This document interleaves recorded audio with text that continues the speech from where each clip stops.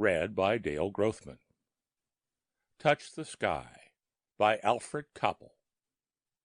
The sign said, "Ride the rocket twice around the universe for 25 cents," which was cheap enough, Pete Moore thought, cheap enough at twice the fare.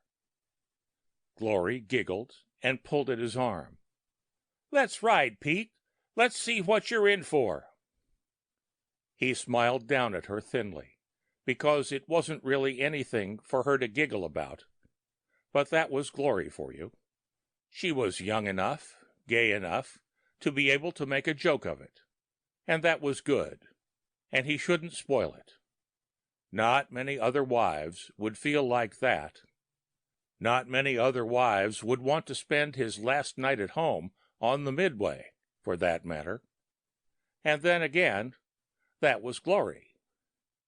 He listened to the tinny carousel music, and the babble of the crowd, and laughter, and the mingled drone of barkers. He smelled the tang of roasting popcorn, and the hot-doggy stink of the lunch counters.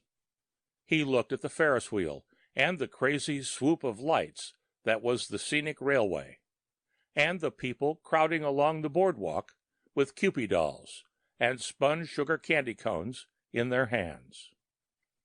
Question, his mind demanded.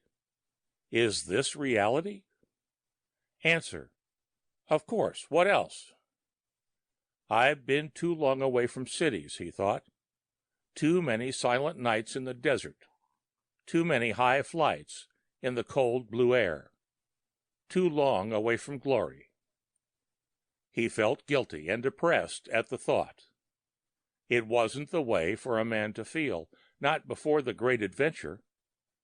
Still, he couldn't avoid the almost homesick longing for the deep darkness of the desert and the silver ship waiting there. Soon, he thought. 3 days. 3 days and a few hours.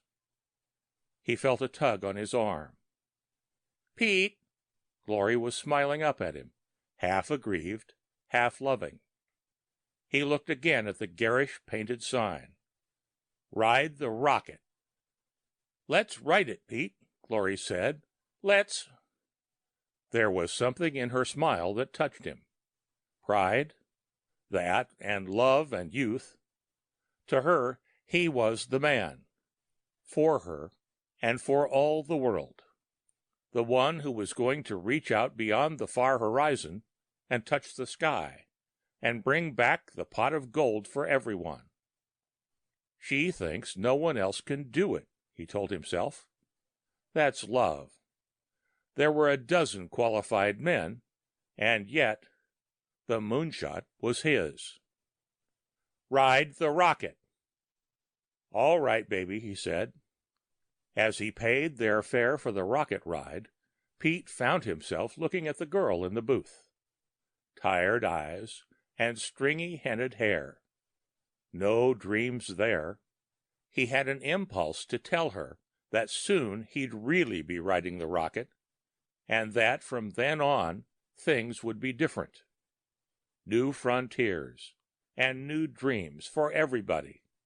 Up and up. The girl's eyes met his, and it was Pete who looked away. You don't talk frontiers to pale, worn faces, and eyes bleached of color by the tinny music, and the sticks, and men. They walked up a wooden ramp to where the little metal bullet on rails waited. The paint, once bright, was all scuffy. A sour-faced attendant in grayish coveralls stood by a large lever. "Fasten your seat belts, Mac." "We're off to the sky," Glory said. Somewhere, old machinery wheezed. The little bullet began to move along the rails toward a hinged trapdoor in a wall painted to look like clouds. "Hold my hand, Pete," she said breathlessly. Glory, Glory, he thought. Young and simple and in love with life. Any kind of life, real or unreal. Glory with a bubbling laughter, a zest, a faith. Maybe it was really for her that he was taking the big flight. If only he could bring back the pot of gold. If only he could tell weary man that the sky was all his. He thought of the strained, unhappy faces in the streets, the fear-filled eyes. If he could return and say to them, "Here's your new frontier." Yes, by God, it was worth the work and the risk. Glory was right. There was something to be proud of. "I'm going to the moon. Me, Pete Moore, to the moon. There it is, Pete." They had bumped through the painted door into a musty semi-darkness. The walls were perforated with holes for stars, and from somewhere below a huge yellowish moon was rising. Off a short way to the right was a glowing papier-mâché globe, painted with broad bands slightly askew, and behind that was another with rings. A loudspeaker whistled tinnily, and overhead, on wire runners, an electric globe crossed the dim chamber, pieces of yellow and white crepe paper fluttering feebly behind. "Oh, Pete, a comet?" "Sure enough, Glory," he said. The rumbling little bullet skirted the walls, and Pete could see the electric lights behind the holes. Stars, he thought sardonically. Close enough to touch. Lucky us. "There's Mars, Pete," Glory said, squeezing his hand. "I'm getting disenchanted," he thought. A red ball, all painted with canals and white polar caps, far too big. They should have had a technical advisor on this project, he thought. Paging Palomar. The bullet began its second circuit of the papier-mâché universe, and the moon was high now, projected on the wall by some kind of lantern-slide lamp. There was a face on the moon. It began then, just a tiny bead of fear way down inside his belly. But it grew. He felt suffocated, claustrophobic, oppressed by fakery and cheapness. Gloria was laughing with delight. "Oh, it's wonderful!" "Shut up," Pete thought savagely.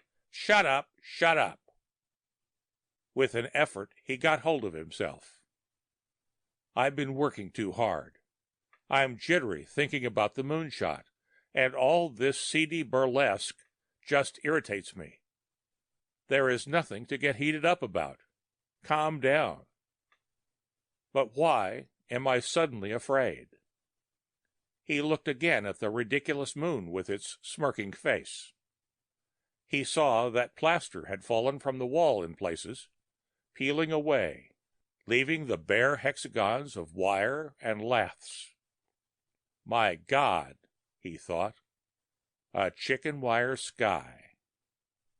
He thought again of the girl in the ticket booth, and of the tired, frightened people, all laughing too much, and shoving and running outside. The bullet started down at last, toward the hinged door.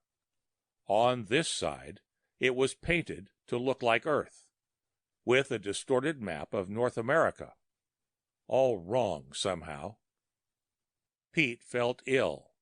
It was as though someone were making ill-tempered fun of the dreams and the tall silver ship waiting out in the desert. Cheapening it. Laughing nastily. The little bullet bumped through the seedy, scruffy earth and out into the night of the Midway. Out into the crowd sounds and music and hot-doggy smells. "That was fun, Pete," Glory said. He helped her out onto the rickety platform. He had the insane notion that the girl in the ticket booth and the lounging attendant were laughing at him. "It sure was, honey," he said wearily, still feeling the illogical fear of he knew not what inside himself. "Real fun." Glory looked up at him, eyes alight and almost feverishly gay. I did what you were going to do. I touched the sky. New frontiers, new lands in the sky, new hope. It was quiet. The jet was still, and no sound was anywhere in the ship. Now a soft tick from the timer, a whisper from the questing radar scope, and again the stillness. We've done it, Pete thought. We've really done it. The hard part is over. Ride the rocket. He remembered the pain of the takeoff and the absolute panic that had welled up in him when the irrevocability of his actions came home. He remembered riding a tail of red fire up out of the hot desert air of New Mexico into the still blue, and then the silence and the almost unnerving thrill of the realization that the moonshot was going to succeed. The radio hissed at him with the voice of the desert base half around the world. "Hello, moonshot. This is base. All's okay. Stage 1 landed in the Gulf. Stage 2 just reported floating off the Azores. Good show." Pete lifted himself from the acceleration couch and felt a moment of nausea and panic as he floated toward the ceiling of the tiny cell. Free flight. He steadied himself and checked the flow of telemetered information binding the ship to the glowing curve far below. All okay. Except that you're still afraid, he told himself. Not just the normal fear of falling afraid that the psychs told you about. Afraid like before, in that silly damn carnival ride. Afraid of the dark? No, not quite that. More a closed-in, cheated feeling. Premonition? Nonsense. He clung to the radar scope, trembling. With every rushing mile upward, outward, his fear was growing. It wasn't right, and it didn't make sense. But he felt as though he were rushing straight at a brick wall, head down, eyes closed. He lit the telescreen. The stars looked funny, he thought uneasily. The timer ticked. The radar whispered, searching. Time passed, and his fear grew thicker, less reasonable. His fingers dug hard at the metal of the instrument panel as the night slipped by outside the hull. The ship's orbital ellipse, Kepler's contribution to the new frontier, was established. Pete thought, something's wrong.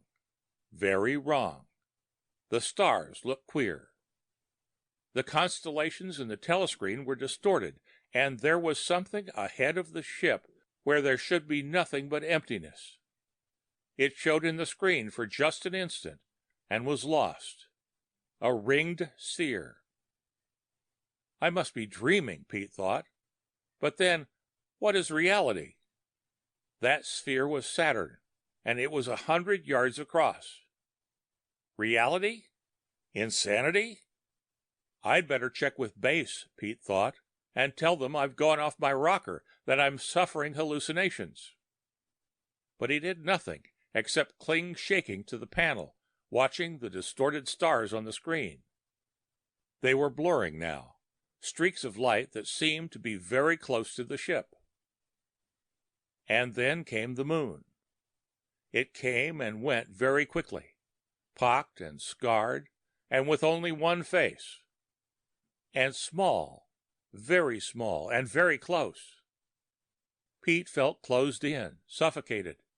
The radar alarm was screaming at him that something was near, too near. Pete clamped down savagely on himself. There was an explanation somewhere. He had to find it. He had to think. Item: the stars, distorted, blurred. Item: Saturn, 100 yards across. Item: a tiny replica of the moon, like a pimple on the inside of an egg. Replica? No. The moon, the only moon. Reality. Hypothesis: say that space was not as men imagined it. Say that it was an illusion without light years, without great suns, without huge planets. Say, for the sake of argument, that it was a shell with holes in it, and light outside, and the sun itself was an illusion of heat and power, and say that this hollow shell is man's new frontier, a fraud, a toy for things outside. The alarm screamed at him. The ship was plunging toward the blurry light of the stars. With an icy hand on his heart, Pete Moore turned to look at the telescreen behind him. A misty blue ball swam in the mushy darkness. The oceans gleamed in the light of the sun. Cloud masses whitened it, and the wrinkled face of the land looked unreal. He began to laugh. Tears streaked his cheeks as he pounded his bloody fists against the instrument panel in time to the clanging of the alarm. The Earth. The Earth. It did look like a papier-mâché. He touched the sky. The end of Touch the Sky by Alfred Coppel.